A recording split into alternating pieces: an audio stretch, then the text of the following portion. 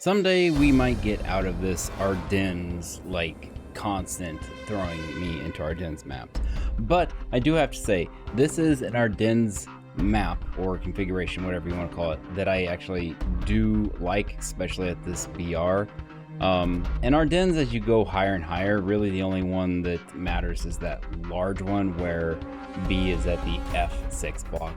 But primarily why I like this one is because you can continue to provide reinforcements to the battle space and not engage too many problems. Now, Team 1 does have a difficult side, and actually Team 2 does have one as well.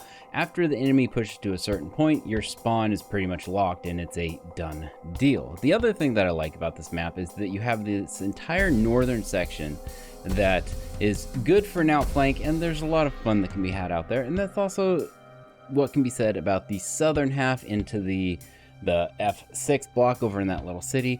I think that in this configuration, or in this size of map I should say, that the A point would be good if it was moved out into that field. B could stay where it is, and C gets pushed down into the F6 block into where the B normally is in the large configuration or map version, whatever you want to call it.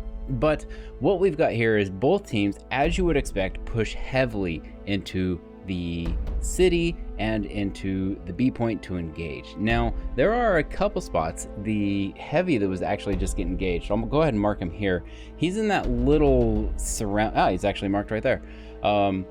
The buildings there, and he has some sniping abilities and can take out vehicles that are coming around. It's hard to see them in there, and usually they get the shot off first. Now, Team 1 does have a similar area on their side, but they'd have to push up. Obviously the same for the other spot there. But the teams here, they're doing really good.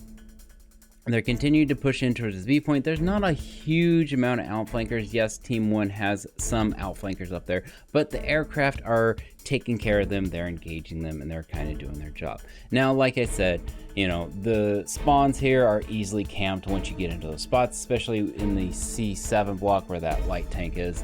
It can just become real problematic, and with all the trees and everything else, it can be hard to see them and take them out. Now he's on the road and going out further.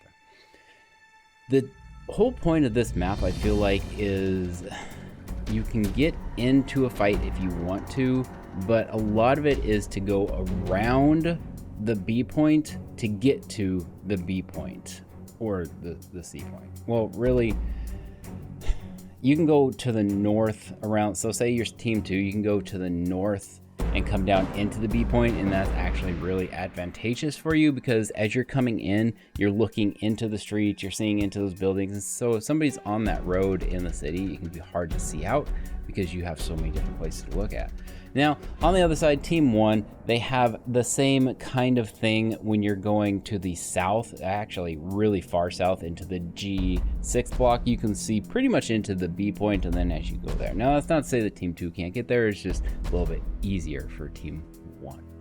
But as this battle continues, the teams are doing a really good job at staying together and helping each other out. They're working those lines. The biggest problem that this team has, and it's one of the things that we're just going to always talk about, is the lack of players that continue to play the game. Now, I will say that Team 1 is also having the same problem at the moment. The issue is that Team 1's aircraft, just like that guy that just got bombed, are being more effective than Team 2's. Now, Team 2, if I remember right, this battle, their aircraft were spending more time screwing with each other than they were the actual battle. And that is a problem because if your team, or if you're Team 2, your teammates aren't actually being teammates, they're being enemies, then you're going to get into the problem. I think one guy ended up shooting a friendly down, then somebody revenged or killed that guy, and then the other guy was wounded from friendly SPA and got shot down by an SPA. But at this point, we already know what's happening. Team 1 has got the C point. They're continuing to push forward, and they're going to go ahead and take that victory.